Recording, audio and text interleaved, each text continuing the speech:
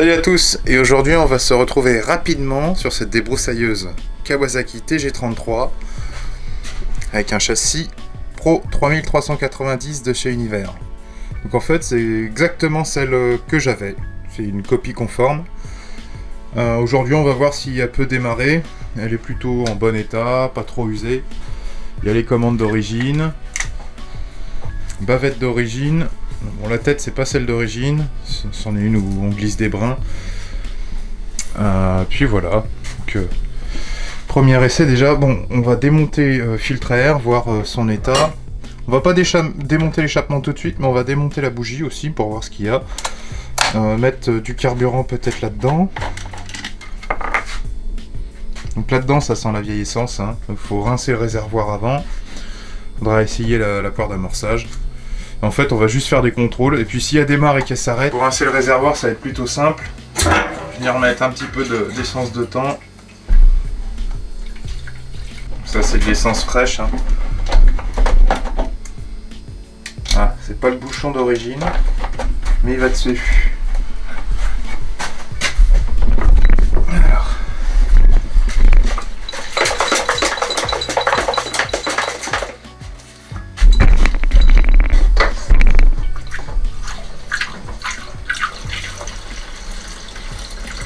La couleur c'est un peu trouble à mon avis. Il doit y avoir de l'eau là-dedans. Bon, ça l'a bien nettoyé. Je vais remettre de l'essence fraîche du coup. J'ai vu qu'on va déjà faire un essai comme ça. On peut se permettre de remettre un peu d'essence. Donc pour le filtre à air, c'est... Il y a deux vis cruciformes.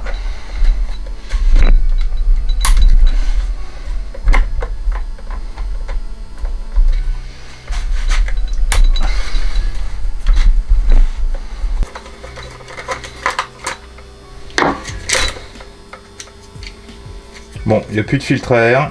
Il y a des traces de l'ancien filtre à air qui a dû passer à travers le carburateur.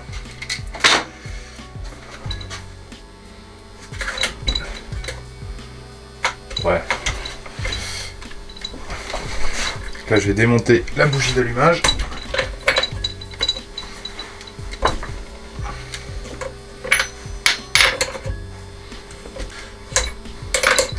Donc, j'ai pas encore tiré le lanceur. La bougie, elle est un petit peu blanche.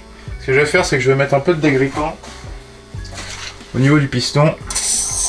On peut mettre aussi de l'essence de temps. Là c'est de l'huile assez fine, c'est pour que ça puisse être lubrifié s'il n'y a pas d'essence qui monte. On peut vérifier l'allumage tant qu'on y est. Avant ça, je vais attendre un petit peu que l'essence, l'huile elle descende dans le cylindre. Et pour le carburateur, donc c'est un peu plus récent que celle que j'avais apparemment. On a une poire d'amorçage ici. Et on a deux durites, donc une durite d'arrivée, une durite de retour. La poire d'amorçage ne fonctionne pas pour l'instant. Pour l'instant, ça ne peut pas amorcer. Est-ce que le moteur arrive à tourner? Visiblement oui. Coupe-circuit est sur on. Donc on peut essayer une mise à la masse, peut-être sur le carburateur. Donc il y a bien de l'étincelle. Les membranes carburateur, à mon avis, elles sont complètement sèches. Je vais remonter la bougie. Et avec une petite pipette, je vais mettre de l'essence directement au niveau du carburateur. Pour essayer d'amorcer, vu que la poire n'a pas l'air de fonctionner.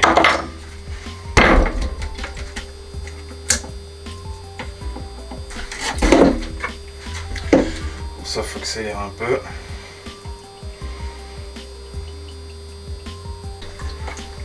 Mais rien que comme ça, le moteur devrait démarrer sans starter du coup, en accélérant un peu. Je vais peut-être serrer la débroussailleuse.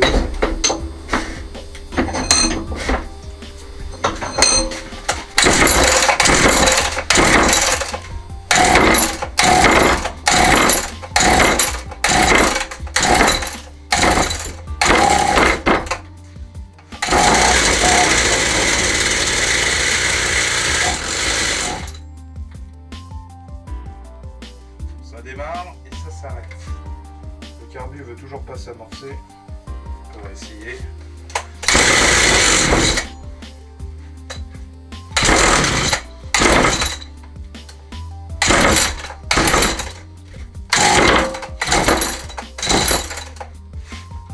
Il n'y a vraiment pas d'essence qui monte au carbu.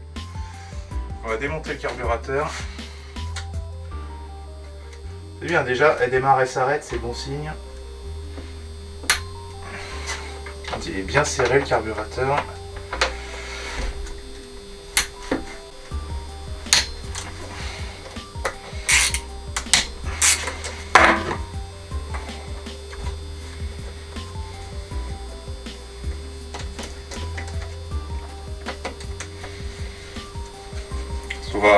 On va pas changer les membranes, mais on va au moins le passer aux ultrasons.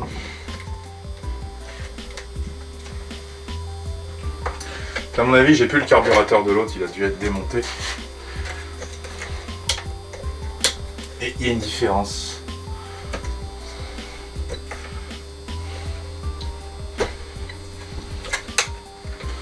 Ouais, la poire elle est pas pétée, donc juste un kit membrane, ça devrait faire l'affaire.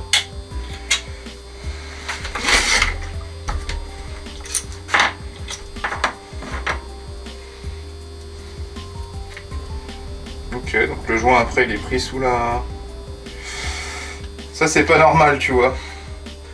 Le joint il est à moitié pris avec la poire d'amorçage, comme si ça avait été démonté et mal remonté.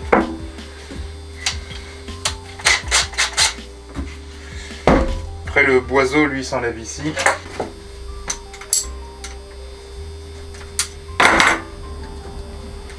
Il faut voir aussi pourquoi le joint il passe comme ça là.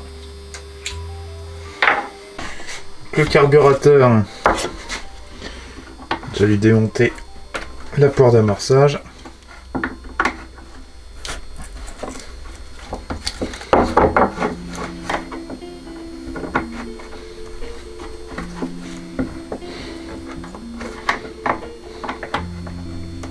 Peut-être voiler ce truc là.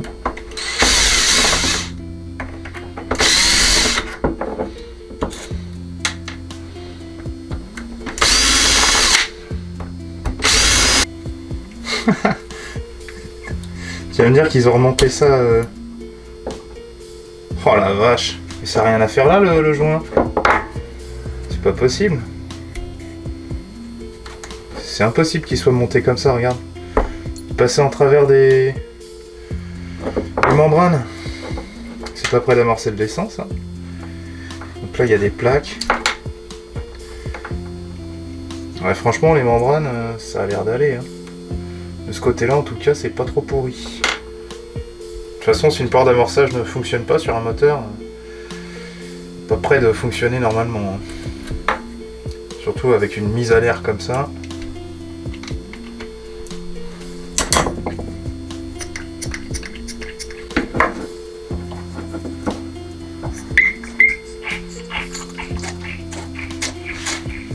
Comme ça fonctionne. Des fois, il faut les remettre en essence pour que ça fonctionne. Alors déjà, est-ce que ça peut amorcer maintenant?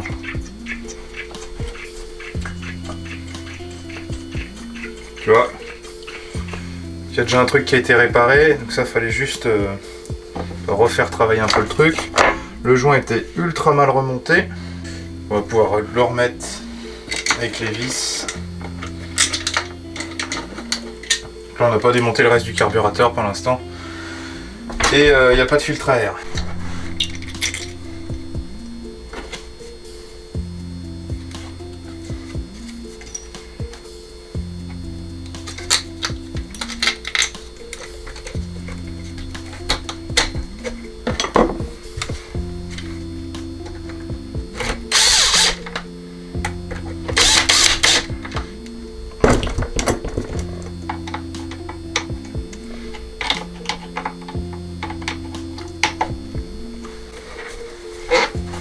Et donc quand j'appuie là ça amorce bien. Donc là je vais mettre la machine dehors. On va voir si elle démarre d'elle-même.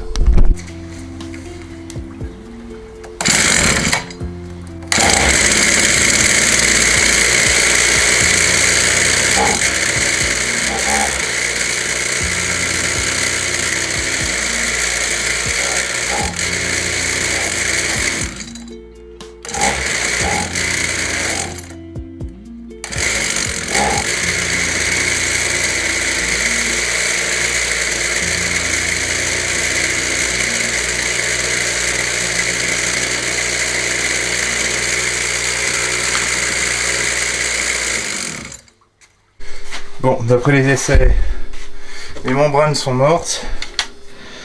On va confirmer ça. Et déjà, on sait que le moteur peut démarrer.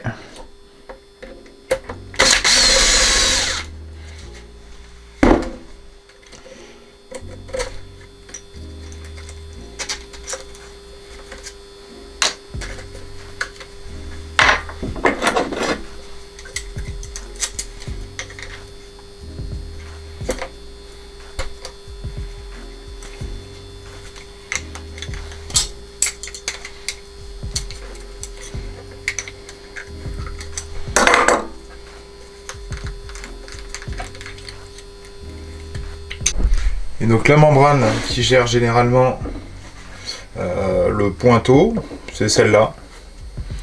Et ça, généralement, c'est aussi au-dessus de ça. Mais vu que la régulation d'essence se fait par un boisseau,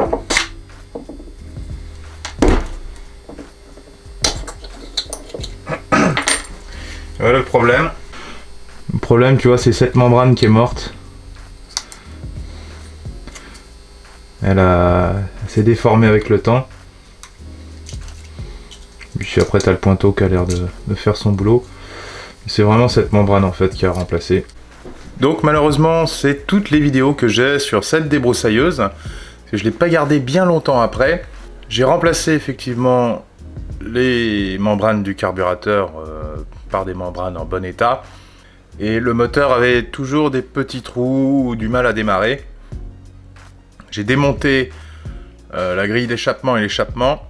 Et c'est là où j'ai vu une amorce de serrage. Donc il commençait à y avoir des rayures au niveau du cylindre. Avant ça, j'ai gardé un bon nombre d'années une autre débroussailleuse Kawasaki TG33. Mais c'est pas un modèle qui me plaisait tant que ça à utiliser. Et donc je me suis servi des pièces de l'autre TG33 sur d'autres machines et moteurs Kawasaki. Mais j'ai toujours conservé le bloc de côté.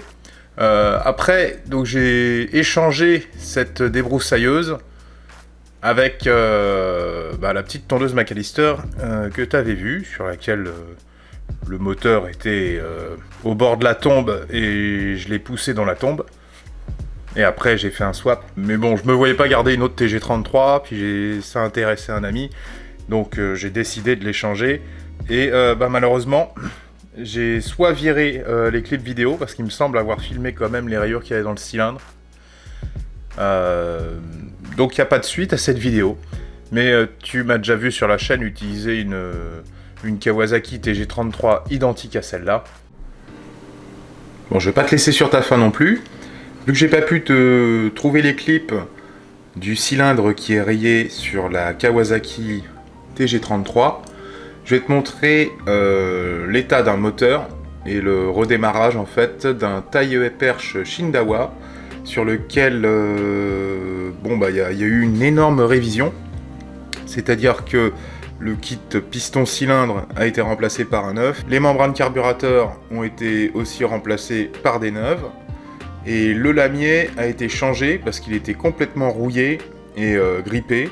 Donc j'ai gardé le renvoi d'angle qui a été démonté, nettoyé, mais le lamier, lui, a été remplacé par un que j'avais d'occasion au grenier dans des pièces. Donc c'est un taille-haie qui aujourd'hui fonctionne, moi je m'en suis déjà servi, et puis j'ai pas eu le temps de te filmer tout. Donc je vais combiner ces deux vidéos qui ne sont pas terminées pour t'en faire une qui parle du sujet en fait soit de racheter ou vouloir redémarrer une machine de temps, et comme quoi c'est très important de commencer par vérifier à l'échappement l'état du cylindre. Salut à tous, et aujourd'hui on se retrouve sur un taille perche qui a pas mal vécu apparemment, mais ça on va faire le tour ensemble. C'est un Shindawa, tu vois, avec un petit raccord rapide, et là t'as les fameux lamiers que les Chinois ont copiés. Ils ont mis aussi sur les Ryobi, les multi-outils et tout ça. Donc on va l'inspecter. M'a été passé ici dans l'atelier juste parce que soi-disant ça fuit. Mais quand tu regardes la poussière, le fait qu'il y ait de la rouille au bout du lamier, et surtout la poussière, tu peux voir des petits bricolages là. Là c'est très humide. Donc on m'a dit qu'il fuyait l'essence. Bon, peut-être qu'il fuit du carbu, mais en tout cas il est super gras. Tiens, il y a la mise à l'air. La durite de mise à l'air a été bouchée avec un bout de bois, enfin bref. À mon avis, on va découvrir pas mal de trucs. Mais bon, bah, comme d'habitude, faut enlever le cache moteur et enlever l'échappement. Et déjà, on a une bonne idée sur quelle base on travaille. Sinon, ça sert à rien. Donc ça va, il reste encore quelques étiquettes pour pouvoir identifier la machine. Et c'est un Shindawa 230 PHS. Et ça, tu vois, ça sent la membrane qui reste collée en bas, quoi, sur le carbu pour que ça soit gras comme ça. Ouais, c'est ça, il n'y a qu'un seul cache. Qui est gras. Il y a même du moisi sur les durites. Ouais. Le câble d'accélérateur est pas grippé, ouais, ça va. Est-ce que déjà le moulin peut comprimer? J'ai pas l'impression que ça comprime tant que ça. Vu comment c'est huileux, ça devrait comprimer un peu plus.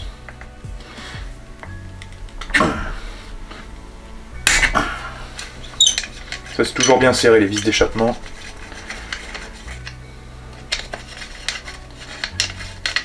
Il doit y en avoir 3 vu la taille. Hein.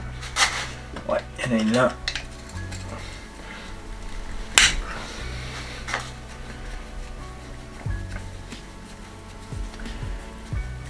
Parce que les deux temps, si ça tourne pas avec le bon mélange air-essence ou la bonne quantité d'huile ou la bonne huile, voilà. Quand tu achètes de l'huile premier prix, ça te laisse des dépôts partout dans le moteur au bout d'un moment. Il y a un peu de calamine sur l'échappement. Ah, il est rayé. Ah, il est bien rayé. Ouais, c'est mort. Tu vois, ça, je vais te montrer ça parce que pour une fois, il est rayé. Donc si tu regardes attentivement, là c'est le piston. J'espère que la mise au point est pas trop mauvaise, mais là j'ai du mal à te filmer ça mieux que ça. On a des rayures. Elle est plutôt un peu marron foncé, donc il devait tourner riche. Et à mon avis, là-dedans, il n'y a plus de filtre à air. C'est déjà, quand c'est trempé d'essence, ça peut plus correctement fonctionner.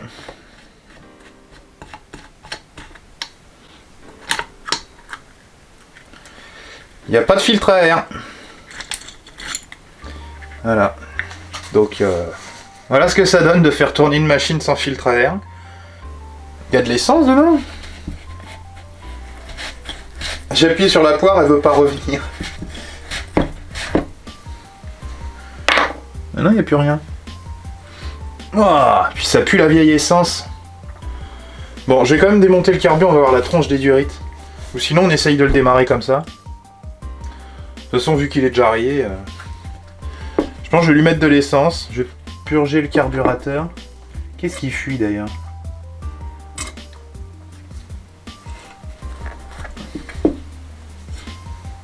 Il est crade à souhait. Les durites, elles commencent à être raides. Et ça a peut-être pu le tuer aussi, tu vois.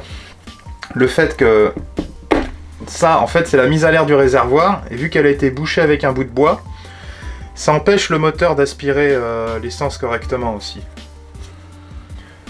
No bueno. Bon, on va quand même regarder les membranes, il n'y en a pas pour longtemps. On va voir si c'est raide. Parce que vu comment ça sent la vieille essence, il a vraiment été abandonné cet IE.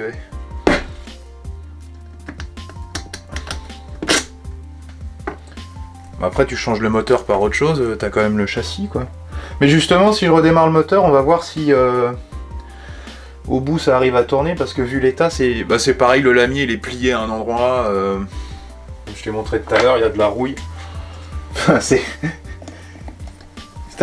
les gens qui prennent pas soin du tout de leur machine, tu vois. Ouais, la durite elle est morte.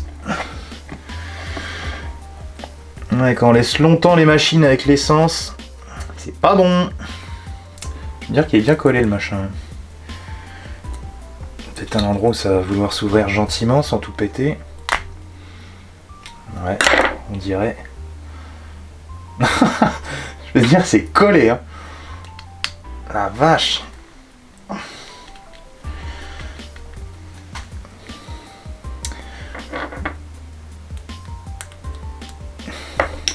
Tu vois la membrane là?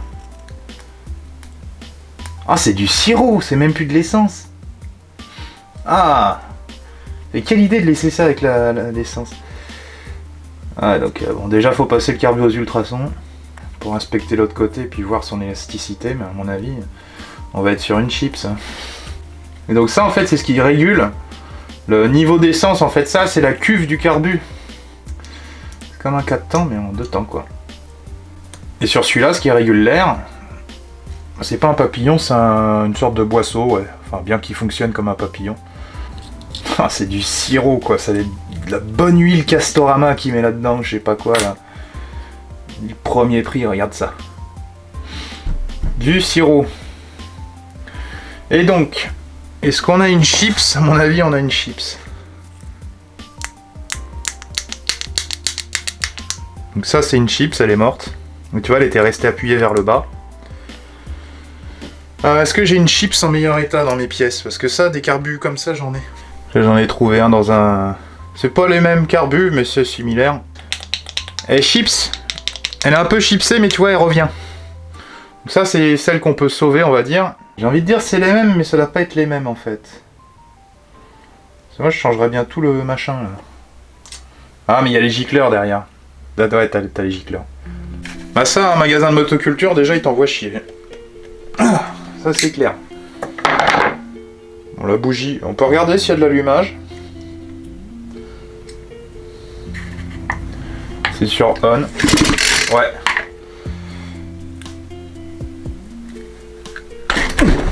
On a de l'étincelle.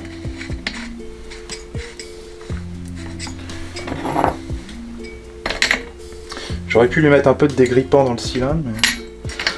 il va se taper tellement d'huile, le machin là. De la vieille essence que... Ouais, le cache c'est pas la peine.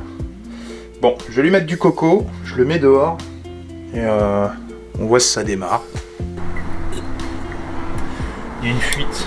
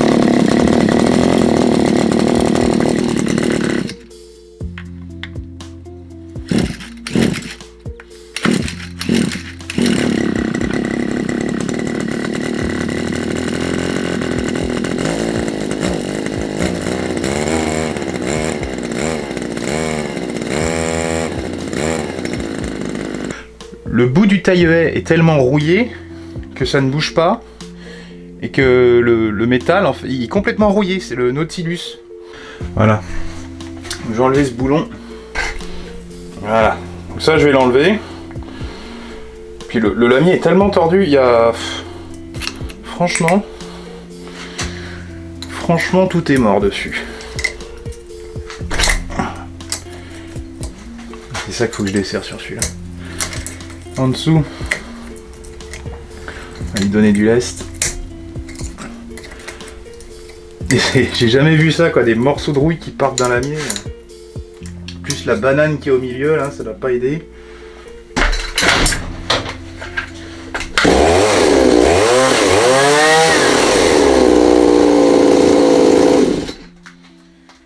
Ça arrive à bouger maintenant. Il y a tellement de rouille, j'ai jamais vu ça. Ça c'est resté dans la terre, hein, puis pendant longtemps. Là, faut même pas mettre un kit membrane neuf là-dessus. Là, c'est entre ça et puis les autres trucs. Bon, je vous reprends parce qu'il y a plein de trucs que je vous ai pas filmé, en grande partie à cause du mauvais temps. Donc, j'ai reçu le kit cylindre piston neuf que j'ai installé. Une fois tout remonté, il y avait un problème avec l'allumage. C'est-à-dire que la nouvelle bougie n'avait pas d'étincelle. Et en fait, c'est la bobine d'allumage. Il manquait 2 entretoises quoi, pour bien centrer l'aimant et la bobine. Donc ça a été installé, la bobine réglée, filtre à air neuf, membrane neuve, joint de bouchon de réservoir neuf, crépine neuve, durite neuve et mise à l'air du réservoir neuve, remplacement de la poignée. Il y a eu beaucoup de boulot en fait. Et donc là il tourne avec un mélange un peu riche pour le rodage, j'ai pas encore accéléré avec.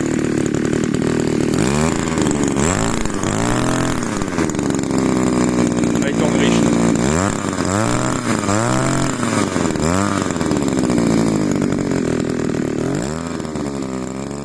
Donc merci d'avoir regardé et je vous dis à plus pour d'autres vidéos.